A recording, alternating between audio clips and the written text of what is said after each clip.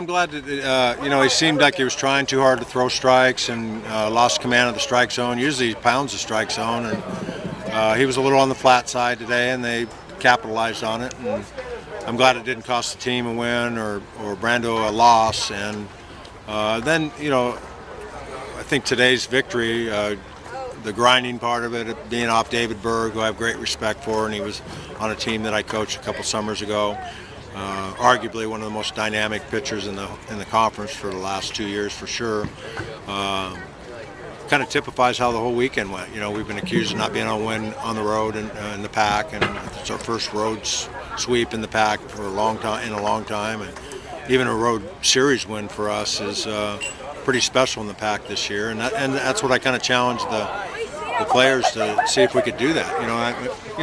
They're scuffling obviously with their injuries and so forth, but still they're defending national champions that are very well coached and a bunch of good baseball players, and we feel very lucky that we were able to come in here and get all 3 games.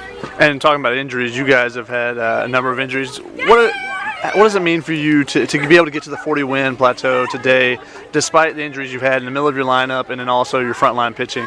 It's the other thing I congratulated them. 3 in a row and 4 out of the last 6, 40 games. There's a lot of Division I programs that have never won 40 games, and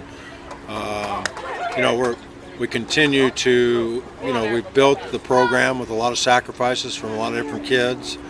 We're knocking on the door for greatness, and hopefully we can break through, whether it's this year or in the near future, to win a regional, super regional, and make our way to Omaha. And once you get to the Omaha the first time, it makes it a little bit easier the second time, and it's unfortunately been a barrier that we haven't been able to crack yet. But it doesn't take away my pride that I have in all the players and assistant coaches and extended staff that have poured their heart and soul into this program. And do you think that your team has the firepower to potentially win a regional? That's been one of the knocks on your team in the last couple of years.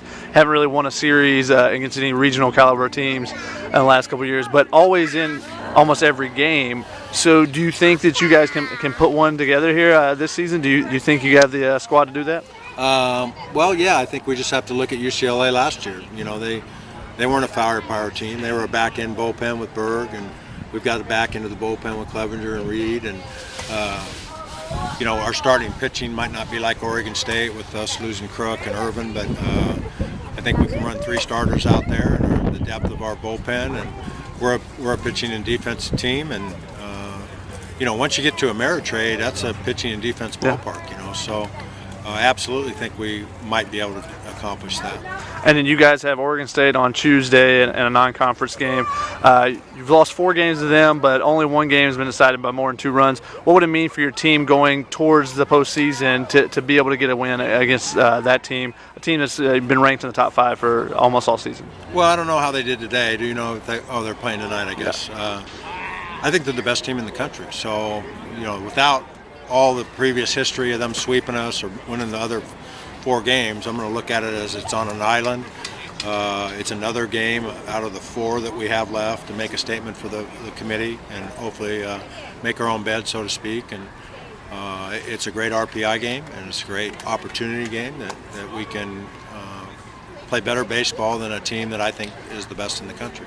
And you think potentially you guys, if you were to win out, that you could get host a regional? I think we have an outside chance.